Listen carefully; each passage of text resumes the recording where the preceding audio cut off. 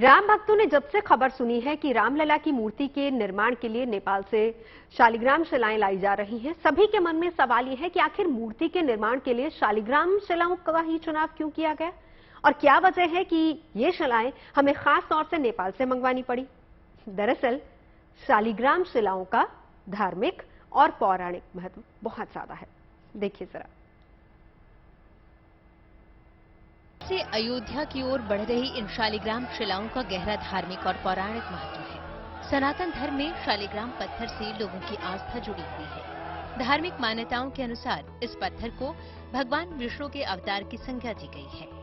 शालिग्राम पत्थर को भगवान विष्णु यानी भगवान शालिग्राम माना जाता है। इसे किसी भी जगह स्थापित कर पूजा करने पर वहां लक्ष्मी जी का वास होता है। पौराणिक कहानियों में माता तुलसी और भगवान शालिग्राम का जिक्र मिलता है। इस कहानी में जलंधर नाम के असुर ने माता पार्वती को अपनी पत्नी बनाने के लिए कैलाश पर्वत पर हमला कर दिया था।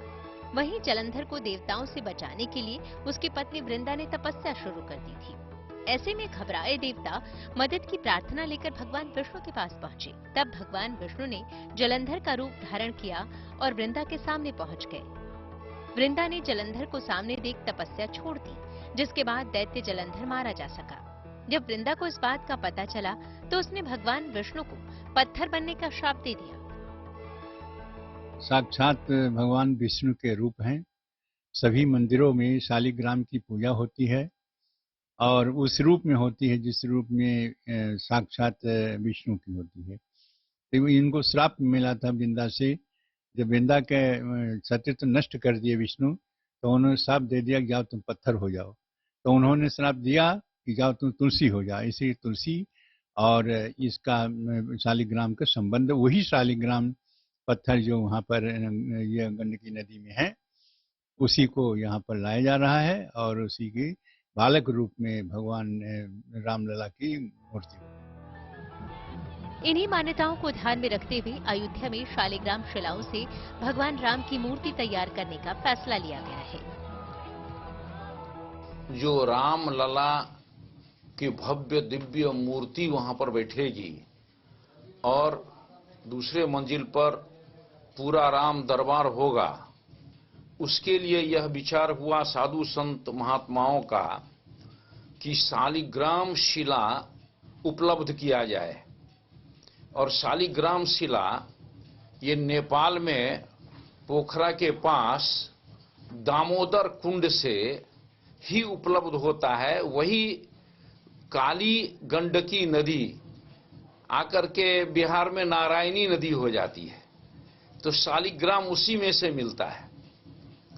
तो फिर हमारे कार्यकर्ता वहां जाकर जनकपुर के श्री महंत से बात करके और उसके बाद नेपाल के प्रधानमंत्री से बात करके और ये तय हुआ, नेपाल ने कहा कि मैं शिलाखंड दूंगा। बताया जाता है कि शालिग्राम पत्थर पूरी दुनिया में सिर्फ हिमालय खंड की इसी शालिग्रामी नदी में मिलता है। नेपाल की शालिग्रामी नदी भारत में प्रवेश करते ही नारायणी बन जाती है। सरकारी कागजों में इसका नाम बूढ़ी गंडकी नदी है। ये नदी दामोदर कुंड से निकलकर बिहार के सोनपुर में गंगा नदी में मिल जाती है।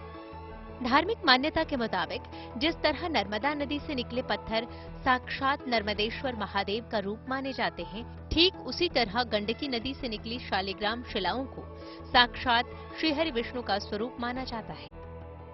कालीगंड की महिमा है, आप लोग भी जानते होंगे। जब विश्व में अगर शालिग्राम पूजा, यहाँ पर एक महिमा है जो विष्णु जी का स्वयं अवतार, इसको प्राण प्रतिष्ठा नहीं किया जाता है। ये जो शिला है वो शिला आप ले जाइए, पूजन विधि शुरू कर दीजिए, क्योंकि साक्षात भगवान ही प्रकट करते हैं हिमालय खंड में कालीगंड की नदी से। और एक नर्मदा है जो स्वयं महादेव का प्रकट लीला है वहाँ का, नर्मदा का। ये आध्यात्मिक वेद पुराण से सदियों से संबद्ध है। तो हम लोग को जो ये काली गंडकी से शिला जाना है, स्वयं विष्णु जी का अवतार ही जा रहे हैं। ऐसे में गंडकी नदी के तल से जब स्वयं ईश्वर का रूप मानी जाने वाली शालिग्राम शिलाओं को निकाला गया तो शिलाओं के पूजन अर्चन के साथ साथ नदी से क्षमा याचना भी की गई। काफी समय से विशेषज्ञों की इसमें पूरी पहल की गई, विशेषज्ञों से राय विचार किया गया और उसके बाद इन शिलाओं का जो है वो चयन किया गया और फिर 26 जनवरी को काली गंडकी नदी से इन 3 शिलाओं को निकाला गया और इन शिलाओं को निकालने से पहले वहां पर क्षमा याचना पूजन की गई।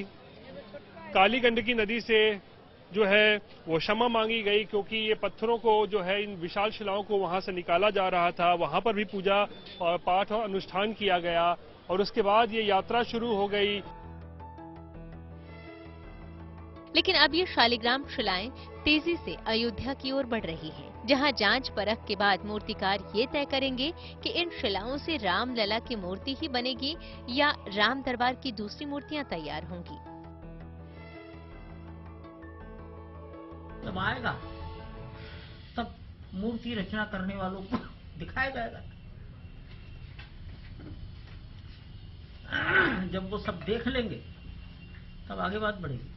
लेकिन भारत में कहां-कहां इस प्रकार के पत्थर उपलब्ध है वो सब भी मंगाए जा रहे हैं।